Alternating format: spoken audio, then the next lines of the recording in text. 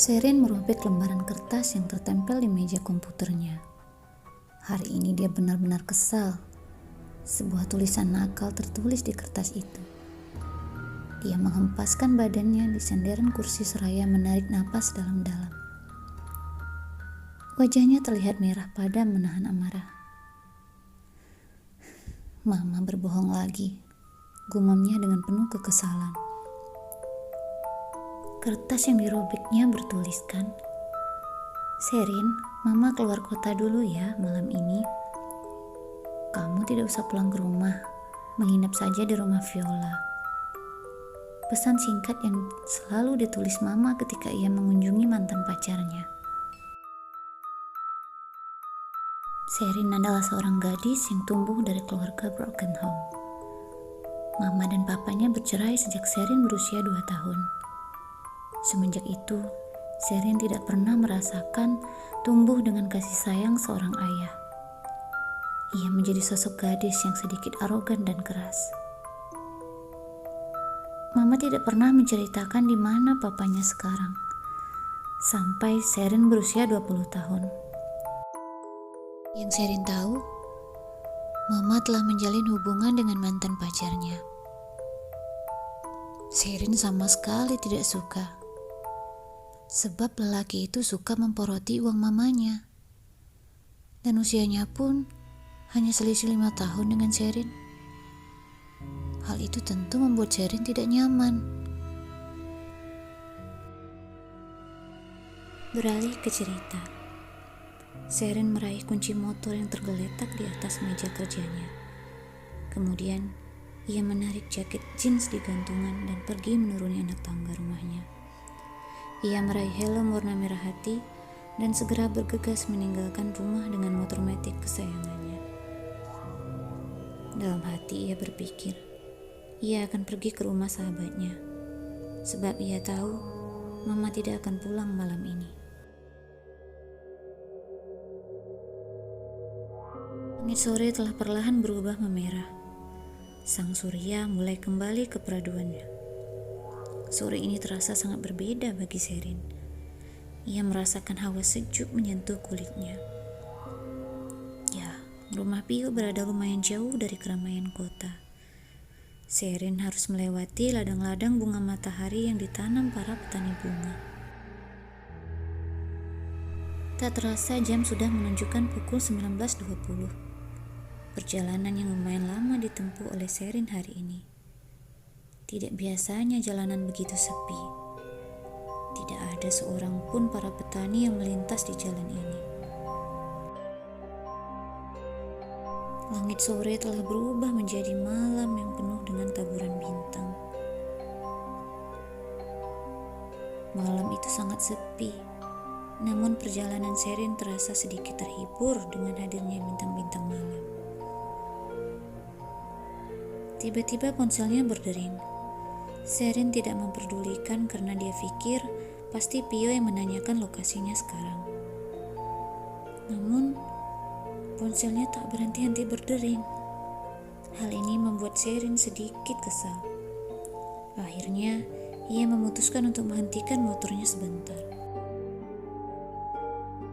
Ia meraih ponsel di dalam sakunya. Kemudian, melihat siapa yang sedari tadi menelponnya. Sebuah nomor yang tak dikenal. Ia mencoba menjawab telepon tersebut. "Halo, siapa?" Tanyanya dengan nada penasaran. Tapi tidak ada suara jawaban dari seberang sana. Ini siapa? Jangan bercanda deh," teriaknya dengan kesal. Tak berapa lama, ada sebuah suara jawaban. "Halo Sherin, ini aku Vio. Kamu gak usah ke rumah aku dulu ya." "Loh, kenapa? Tadi waktu aku chat kamu balas oke," sergah Sherin kesal. "Pokoknya gak usah ke rumahku," ucap suara itu dan kemudian telepon terputus. Halo, Vio." Sherin berusaha menahan emosinya sambil memukul kesal spion motornya. "Apa-apaan sih Pio? Kenapa gak bilang dari tadi? Ini udah jauh banget aku jalannya, gerutunya dengan kesal.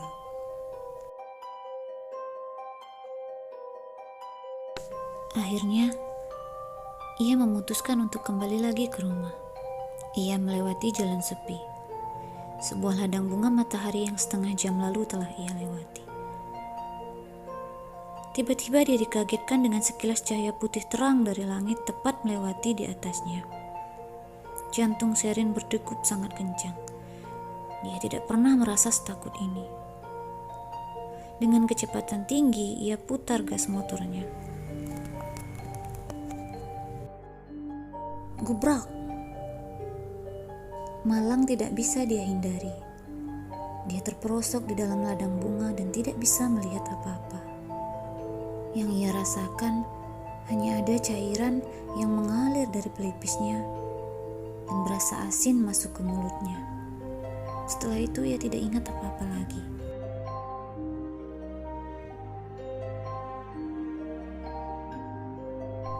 Bau obat-obatan menyengat di hidungnya ketika perlahan ia buka matanya. Tempat ini bukanlah di sebuah ladang bunga yang ia lewati, melainkan di rumah sakit. Jarum infus masih tertancap di tangannya. Perlahan, ia membuka matanya dan berusaha mendapati seseorang untuk ditanyakan.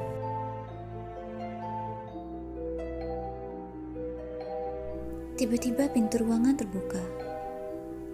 Seorang perempuan separuh baya dengan rambut pendek menghampirinya dengan wajah cemas. "Sherin, kamu sudah sadar sayang?" ucap perempuan itu yang tak lain adalah Mama. "Aku di mana, Ma? Kenapa aku di sini?" tanya Sherin dengan perlahan. "Kamu jatuh dari tangga, sayang. Untung Mama cepat datang. Kalau tidak, dokter bilang kamu tidak tertolong. Karena kamu banyak kehabisan darah. Maafin Mama, sayang." Jelas Mama sambil menangis dan memegang tangan Sherin. "No, Ma," teriak Sherin kebingungan. "Rumah. Mama bilang aku jatuh dari tangga rumah." "No, Ma. Aku jelas-jelas berada di jalan waktu mau ke tempat Pio, Ma," ucap Sherin dengan tegas. "Kamu ngomong apa sih, sayang? Jam 9 malam seseorang menelpon Mama, dan orang itu adalah Vio. Dia bilang kalau kamu mau ke rumahnya dan sudah berangkat dari jam 6 sore. Tapi Vio bilang kamu belum sampai-sampai, sehingga ia khawatir kalau terjadi apa-apa sama kamu. Jadi Mama merasa tidak tenang. Lalu Mama berkali-kali menelpon kamu namun tidak dijawab. Mama putuskan untuk kembali ke rumah malam itu juga. Dan Mama kaget waktu lihat kamu udah dipenuhi darah di lantai dasar," cerita Mama dengan sungguh-sungguh. Sherin tidak bisa terima dengan semua cerita Mama. Ia jelas-jelas merasa bahwa Mama telah mengarang-arang semua cerita ini. "Mama jangan bohong. Aku kecelakaan di jalan, Ma, bukan di rumah. Memang Mama gak lihat keadaan motor aku? Hancur pastikan," sanggah Sherin dengan kesal. "Sudahlah sayang, mungkin kamu sedang dalam pengaruh obat. Kamu istirahat dulu ya. Mama mau tanya dokternya dulu. Boleh gak kamu dirawat di rumah?" Mama meninggalkan Sherin yang masih penuh dengan rasa kebingungannya. Sherin segera bangun dan mencari di mana ponselnya.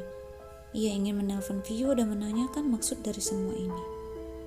Tapi ia tidak menemukan ponselnya.